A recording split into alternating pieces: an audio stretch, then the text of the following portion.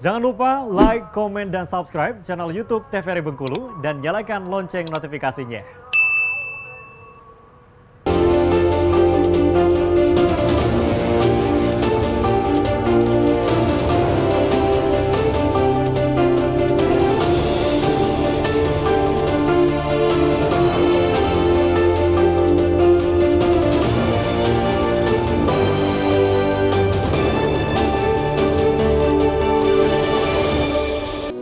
Pemirsa, Anda kembali menyaksikan Berendong masih dengan tema yang sama terkait dengan mitigasi bencana, masih dengan bersama Bapak Herwan Antoni dan juga Bapak Arismanto dari PMI dan juga BPBD Provinsi Bengkulu.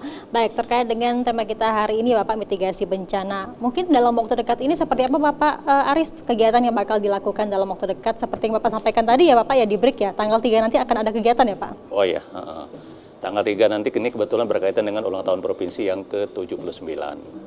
Sebenarnya tanggalnya itu tanggal 19 September sebenarnya tanggal pelaksanaannya. Jadi kita pusat dalam rangkaian itu kita mengadakan kegiatan di Bengkolen Mall. Itu ada nanti ada senam anak-anak kreasi, anak-anak IGRA, Ikatan Guru Radatul Anpal, kalau nggak salah itu lebih kurang 700 orang. Sudah itu nanti kita akan mengadakan edukasi sama penjaga-penjaga toko di Ben Mall itu. Kita adakan edukasi itu dari jam 2-nya. Kita dikasih slot waktunya 1 hari itu. Dari jam 8 sampai jam 10 malamnya di sana. Sudah itu ada juga nanti bantuan dari Basnas untuk bantuan masyarakat yang kurang mampu dan bantuan pendidikan juga untuk masyarakat yang kurang mampu. Lebih kurang 79 karena berkaitan dengan HUT PMI yang ke-79. Gitu, Mbak. Tadi juga Bapak menyinggung terkait dengan tempat umum itu seharusnya ada simbol-simbol atau rambu-rambu mitigasi bencana Bapak ya? Ya, itu seperti apa Bapak?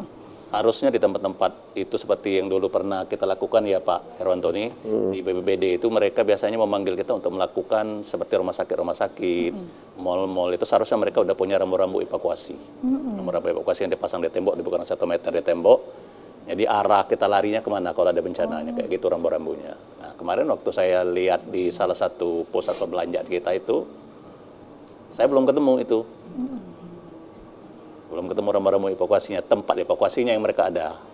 Rambu-rambunya belum ada. Termasuk rumah sakit juga, dulu kita udah pernah mengadakan simulasi rumah sakit Tiara Sela, rumah sakit Umi, rumah sakit Benteng juga udah kita lakukan dulu waktu masa saya di BPBD Provinsi. Iya, rambu-rambu ini ya Bapak ya, mitigasi bencana ya Bapak ya. Seharusnya ada di tempat umum ya Bapak ya. Harusnya ada. Berarti itu mengantisipasi jika memang sewaktu-waktu terjadi bencana atau gempa bumi. Baik. Kalau dari Pak Herwan Antoni sendiri Bapak, tadi kan Bapak juga menyinggung terkait dengan titik-titik rawan bencana di Provinsi Bengkulu. Kalau di Bengkulu sendiri di mana saja Bapak? Kita kan ada 10 kabupaten kota. Dari 10 kabupaten kota ini sudah kita petakan masing-masing resiko bencana yang sering terjadi, ya, sehingga kita dapat memetakan, ya, misalnya Kota Bengkulu itu rawannya gempa, potensinya tsunami, banjir, ya, nah, kemudian angin puting beliung misalnya, seperti itu, ya, itu potensi-potensi yang ada di Kota Bengkulu, ya. Nah, kemudian misalnya di daerah-daerah Benteng, nah itu juga hampir sama, banjir, gempa, kan letaknya juga berdekatan juga langsung berhadapan dengan laut, ya. Itu daerah-daerah pesisir itu kan 7, yang 3 itu selain pesisir itu Kepayang, Rejalbong dan Lebong. Nah, kalau di daerah-daerah bukan pesisir potensinya ya ada banjir, ya. Kalau di Rejang Lebong dengan Payang potensi untuk gunung meletus, ya. Kemudian gempa juga ada gempa tektoniknya misalnya kan seperti itu. Ya, banjir hampir semuanya paling sering kita itu kalau kita petakan di Bengkulu ini adalah banjir dan gempa. Nah, itu yang potensi besar. Di samping juga tanah longsor, ya. Nah, itu sudah hampir. Artinya Bengkulu ya kalau kita petakan ya itu ada 9 jenis tadi. Yang skalanya itu mulai dari banjir, gempa, ya, kemudian tanah longsor, angin puting beliung. Nah, itu seperti itu. Yang potensi kejadian selalu terjadi, frekuensinya dalam 1 tahun itu tinggi dibanding dengan gempa-gempa yang lain, dengan bencana-bencana yang lain. Sekarang itu kan kita lihat juga banyak Bapak ya berita-berita yang memang menyampaikan bahwa seperti di Curup dan juga di Lebong itu sering longsor dan juga banjir. Kadang-kadang kalau kita mikir kok bisa sih banjir di daerah tinggi ya kan? Ini karena mungkin saluran irigasi yang kurang tepat atau seperti apa? Terus juga untuk longsor ini sendiri, apakah memang struktur tanahnya yang memang tidak baik lagi atau alih fungsi lahan ini seperti apa Bapak? Ya kalau banjir itu ya tentu di situ ada aliran sungai atau aliran ya. Nah, seperti Lejang Lebong itu kan ada Sungai Musi ya, sungainya banyak. Ada beberapa sungai ya yang potensi untuk banjir. Ya, yang hulunya mungkin di hutan ya. Yang jauh lah, tapi itu ya kondisinya. Kalau kondisi sungai sekarang kan hampir sungai kita itu kan kecil airnya, debit airnya kan kecil. Iya. Ya. Nggak seperti dulu. Kalau seperti dulu air itu kan besar ya, lebar ya, di aliran itu kan lebar. Sekarang kan kecil. Ini artinya kalau kita lihat bahwa hulu sungai kita itu tidak lagi ya kemampuan untuk menampung airnya itu kan kecil.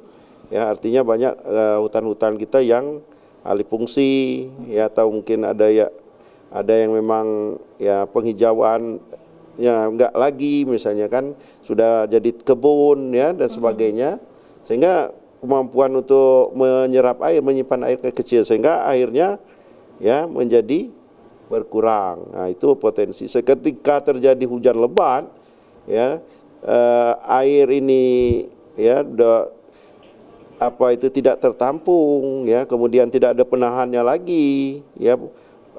Inilah yang menyebabkan banjir bandang. Ya, banjir bandang ini ya biasanya banjir bandang itu akan mengaliri ya daripada sungai dan anak sungai.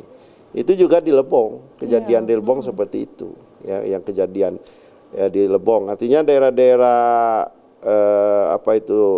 sungai ya yang hutannya banyak itu potensi seperti itu. Nah, kemudian yang kalau longsor, nah itu termasuk tekstur tanahnya, tekstur tanah dan kondisi daripada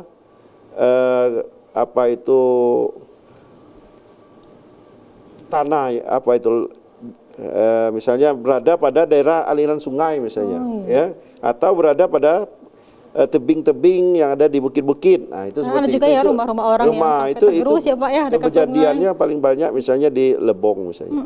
Lebong itu mulai dari jalan umum kita itu, mulai dari batas Reja Lebong ya sampai dengan tes itu semuanya berada pada jalur rawan. Ya, jalur rawan di sebelah kanannya ya, kalau dari Curup itu semuanya ya hampir terbit semua. Karena di bawahnya itu ya berada pada bukit-bukit ya, artinya di bawahnya yang sekarang ini ya tanaman-tanaman pohon-pohonnya sudah banyak yang ini. Ditambah lagi banyak ya kegiatan-kegiatan aktivitas masyarakat di bawah itu, ada penambangan misalnya ya. Kemudian ada yang sudah membuat kebun ya, sejauh-jauhnya tidak boleh.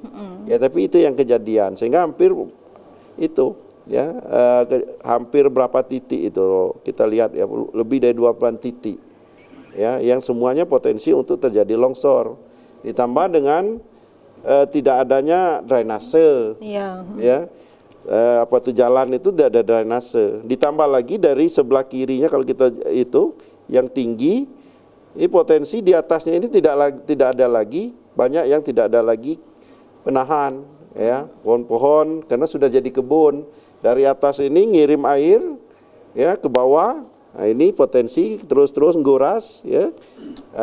Tekstur di tanahnya memang agak labil, kena dorongan air terus-menerus, ini terjadi longsor. Baik. Termasuk di potensi di Reja Lebong berapa titik misalnya hampir mulai dari Beringin 3 sampai ke perbatasan Lubuk-Linggau, Beringin 3 sama masuk ke wilayah perbatasan masuk ke dalam ya, itu air dingin, kayu manis, itu semuanya potensi longsor. Iya. Ya. Tentunya antisipasinya ya dengan menanam pohon lagi ya Bapak ya di daerah-daerah tersebut. Baik, kami akan jeda kembali setelah pariwara berikut ini, tetap bersama kami di Berendo TVRI Bengkulu.